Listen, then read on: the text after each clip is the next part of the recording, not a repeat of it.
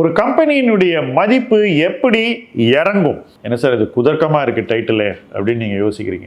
எல்லாரும் என்ன நினைப்பாங்க, ஒரு கம்பெனியுடைய வேல்யூவேஷன் எப்படி ஏறும் அதைத்தான் தெரிஞ்சுக்கணும் அப்படின்னு நினைப்பாங்க. ரொம்ப நேச்சுரல் இல்லை, நம்ம கீழே வாங்கினா மேலே போச்சுனாக்கா நமக்கு லாபம் கிடைச்சிரும். அதனால எப்படி மேலே போகுன்றதை மட்டும் தெரிஞ்சுக்கிட்டா போதும் அப்படின்றதான் பொதுவாக எல்லாருக்கும் இருக்கக்கூடிய ஒரு எண்ணம். பட் ஆக்சுவலா எப்படி ஒரு கம்பெனியுடைய வேல்யூவேஷன் இறங்கும்ன்றதை தெரிஞ்சுக்கிறது தான் என்னை பொறுத்த வரைக்கும் ரொம்ப முக்கியமான தேவை. என்ன ரீசன் தெரியுமா?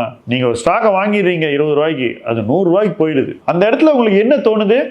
செம்ம மல்டி பேக்கர் கண்டுபிடிச்சிட்டோம், ஆல்ரெடி 5x வந்துருச்சு, நான் இப்போ லாங் டேர்ம் 10x வச்சுக்க போறேன் அப்படின்னு. ஒருவேளை அது ட்ரேடிங் ஸ்டாக்கா இருந்துச்சுன்னு வச்சுக்கோங்களேன், அது 100 ரூபாயில இருந்து மறுபடியும் 40 ரூபாய்க்கு வந்துடும். இல்ல அந்த இண்டஸ்ட்ரி ஒரு சைக்கிளிக்கல் இண்டஸ்ட்ரி, சுகர், ஸ்டீல் அந்த மாதிரி ஒரு இண்டஸ்ட்ரி இருந்துச்சுனாக்கா உறுதியா இது மாதிரி நடக்கும். இன்ஃபேக்ட் பேங்கிங்ல கூட இது தொடர்ந்து நடக்கும். ஏன்னா பேங்கிங் ஒரு சைக்கிளிக்கல் இண்டஸ்ட்ரி, நிறைய பேர் அதை புரிஞ்சுக்கிறது இல்லை. எக்கனாமிக் சைக்கிள்ஸோடு தானும் இயங்கக்கூடிய ஒரு தொழில் தான் பேங்கிங். ஸோ எல்லாரும் என்ன பண்றாங்க, ஒரு சைக்கிளிக்கல் இண்டஸ்ட்ரியில கீழே வாங்கிட்டு மேலே போகும்போது விற்காம விட்டுறாங்க. அதுக்கப்புறம் அது கீழே வரும்போது மிஸ் பண்ணிட்டோமே, வித்திருக்கலாமே, சே யாராவது சொல்லியிருக்க கூடாதா, இப்படி நம்ம வேற யாராவது நமக்கு உதவி இருக்கணும் அப்படின்னு நினைச்சுக்கிறோம்.